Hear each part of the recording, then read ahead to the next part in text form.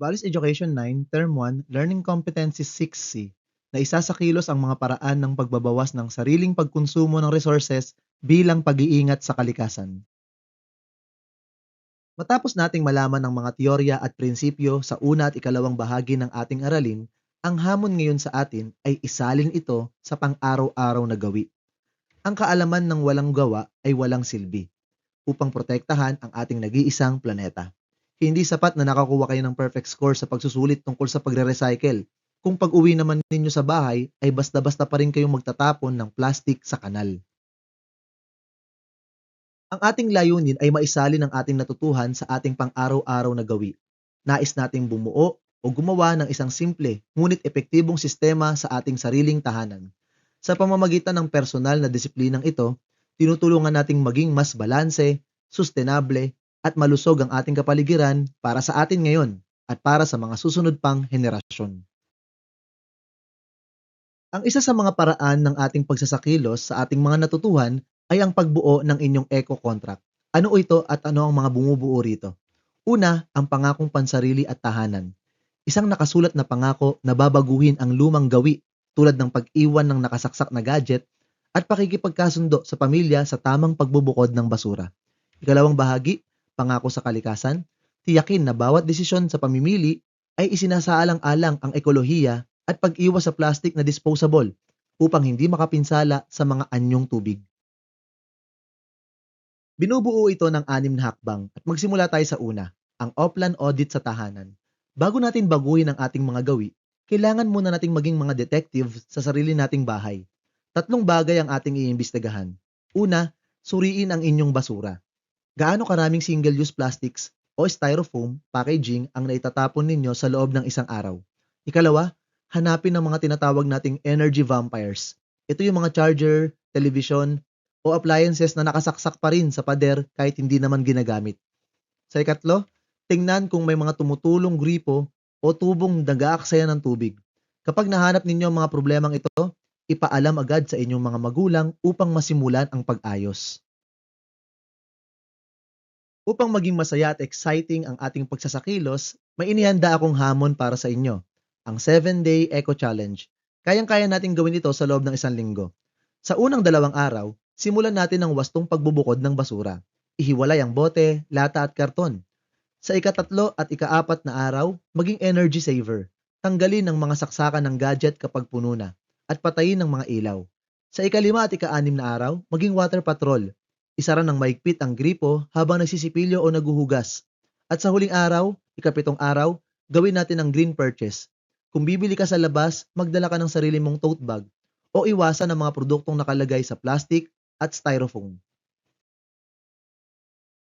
Para sa ating ika-3 hakbang, ang wastong pagbubukod.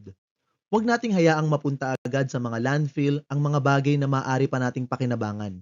Ang wastong pagbubukod ng lata, bote at papel ay hindi lang nakababawas ng basura. Pwede pa itong ibenta sa junk shop upang maging karagdagang kita para sa pamilya. At para sa mga organic na basura tulad ng balat ng gulay, prutas at mga tira-tirang pagkain mula sa kusina, maaari tayong gumawa ng simpleng compost pit o ilagay sa isang paso upang mabulok at magsilbing natural na pataba sa ating mga pananim sa bakuran. Sa pamamagitan nito, ibinabalik natin sa lupa ang sustansya sa isang natural at malusog na paraan. Dumako naman tayo sa ika-4 na hakbang na nakikita ninyo sa talahan na yan sa screen, ang pagbabawas ng aksayadong pagkain. Tandaan natin ang nakagugulat na datos. 931 milyong tonelada ng pagkain ang nasasayang taon-taon habang marami ang nagugutom. Paano natin ito masusolusyonan sa bahay? Una, iwasan ang sobrang pagluluto sa pamamagitan ng tamang pagsukat ng bigas at ulam bago magluto. Ikalawa, upang maiwasan ang pagkabulok ng mga sangkap, tulungan si nanay na gumawa ng isang simpleng meal plan para sa buong linggo bago mamili sa palengke. At ikatlo, kung may natirang pagkain, i-store ito sa malinis na garapon o i-recycle bilang bagong masarap na putahe kinabukasan. Ang paggalang sa pagkain ay pagpapakita rin ng katarungan sa ating kapwa. Sa ika-5 hakbang, gagamit tayo ng isang habit tracker. Paano natin masisigurado na hindi lang 1 linggo ang pagtitipid, kundi magiging pangmatagalan na? Gumawa kayo ng isang simpleng chart sa inyong kwaderno kung saan mamarkahan ninyo ng check ang bawat araw na matagumpay ninyong naisakatuparan ang pagtitipid ng kuryente, tubig, o pag-iwas sa plastic. Laging tandaan ang panuntunang ito. Kung ano ang ating nasusubaybayan at nasusukat, mas madali natin itong nagagawa at naipagpapatuloy. Kapag nakikita mo ang mga check sa iyong tracker, mas gaganahan kang magpatuloy hanggang sa maging natural na bahagi na ito ng iyong buhay bilang isang disiplinado at responsableng kabataan. At para sa huling hakbang, ang ika-anim na hakbang, pakikipagtulungan sa komunidad. Ang pagbabawas ng pagkonsumo at pag-iingat sa kalikasan ay hindi nagtatapos sa loob lamang ng inyong tahanan. Bilang kabataang grade 9, mayroon kayong natatanging lakas at impluensya upang makiisa sa inyong komunidad. Makilahok sa mga cleanup drive sa inyong barangay o paaralan. At higit sa lahat, gamitin ang inyong boses at social media accounts upang magpalaganap ng tamang impormasyon at hikayatin ang inyong mga kaibigan na magbago rin ng kanilang gawi. Kapag ang maliliit nating hakbang sa bahay ay pinagsama-sama natin kasama ang ating kapwa, lumilikha tayo ng isang napakalaking pagbabago para sa ating komunidad. Mayroon nga bang silbi ang pagtitipid mo ng plastic bottle at pagpatay ng ilaw? Tingnan natin ang kapangyarihan ng tinatawag na compound impact. Isipin mo ito. Kung ang pamilya mo ay makaiiwas sa paggamit ng 5 plastic na supot bawat araw, sa loob ng isang taon o 365 days, ito ay halos 1,825 plastic na hindi hahantong sa ating mga karagatan at landfills. Isipin mo kung ang buong klase natin ay gagawa nito.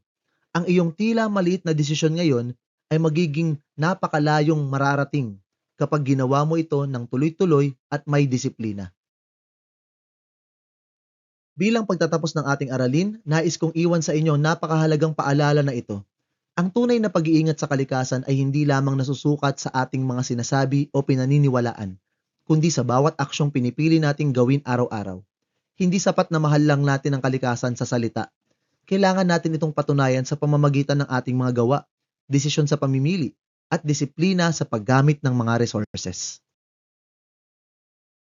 At hanggang dito lamang po ang ating aralin para sa araw na ito. Sana po ay may natutuwang kayo. Salamat po sa panonood at pakikinig. Paalam.